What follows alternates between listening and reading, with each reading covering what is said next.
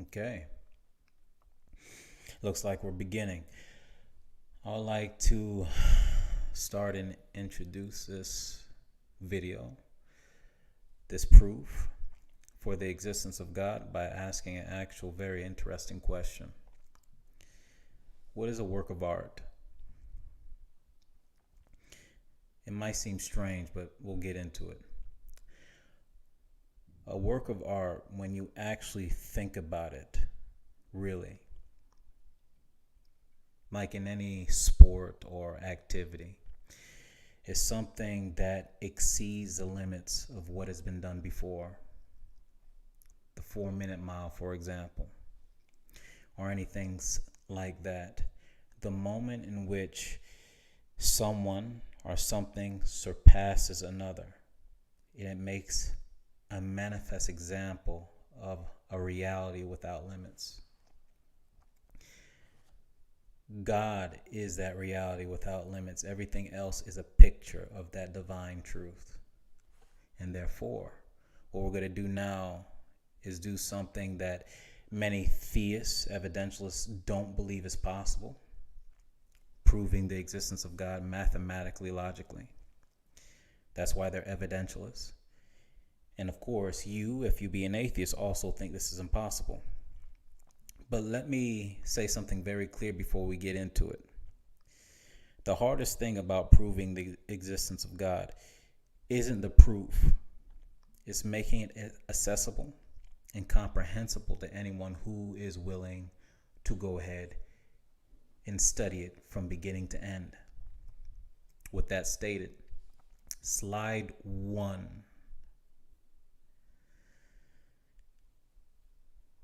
We have here 3 postulates. If you don't know what a postulate is, it's identical with what we will call an axiom, a statement of logical fact that cannot be negated. You can also call it logical axioms. And we'll just read them out quickly. Postulate 1, nothing is a negation of something. Postulate 2, that which is finite is limited. Postulate 3, if there is an entity X which produces for no reason outside itself and only because of itself, it is creative or decisional. Next slide. Now we move into the argument. Let's take this carefully and slowly to really capture what's going on here. Verse 1. Nothing can have no similarity to its opposite. By postulate 1, this is obvious. Nothing is negation of something, so therefore it can have nothing in similarity, not one thing in similarity to that what it negates. Premise 2, then nothing has no being. Premise 3, if so, there is no such thing as a place of nothingness. Next slide. 1a, that which is finite is not eternal.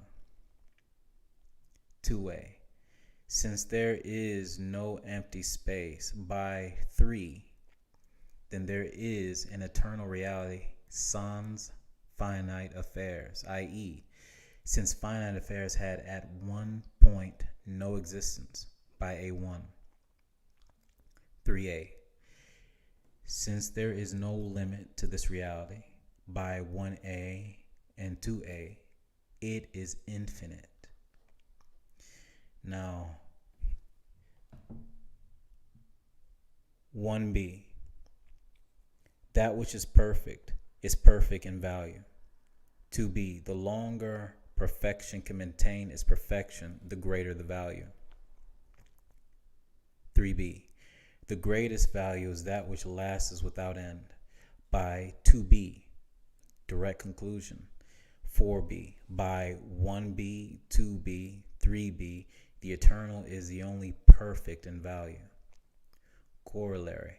We have to stop here and focus for a moment on what has just been succeeded at. From 3b, perfection is identical to the eternal, therefore identical to what has already been proven in 2a. This should be making you sweat, atheists, if you in fact are an atheist. We have just deduced an eternal, infinite reality, which is perfection itself. Get ready for the doozy. Proposition 1. Before any finite affairs, this reality of perfection is. Proposition 2.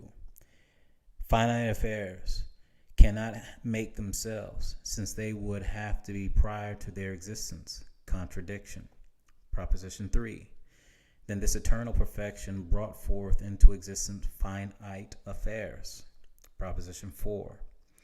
By the prior, P, 2 and 3, it is clear that not one thing temporal or finite outside this eternally perfect being made it act, which means by Postulate III that this act is from a creative and decisional being. This is what we mean by God, and that which needed to be demonstrated is now done. QED. Before this video ends, I want to make it clear, something very clear. The hardest thing about accepting and taking seriously God is not the facts of the case, not God, but how small we are in comparison to this God we're speaking of. This video is not simply for Cosmic Skeptic.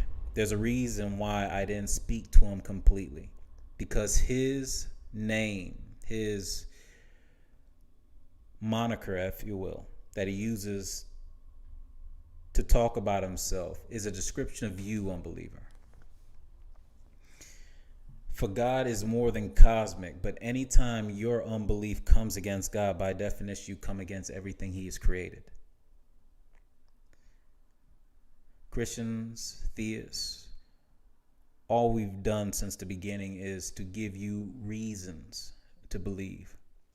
But this is the first time in history documented that an absolute proof has been designed mathematically for the truth of God. How do I know this? Before I was a Christian, I was a logician. This is what I do. I decided many years ago, once I became a Christian, to no longer do this kind of stuff. But given YouTube, given the skepticism, given how the world is going, I've decided to make a series of videos on many interesting subjects, and this was the first toward the atheist community. So, Cosmic Skeptic, yes, this is for you. Definitely, this is for you. But of course, it's for all of you who are just like he, that deny God. And I ask you the same thing that Christ and his people have called on you for many generations. You must come home. My name is Travis Lewis. I'll look forward to conversing with you in the comments. God bless you. In Jesus' mighty name. Amen.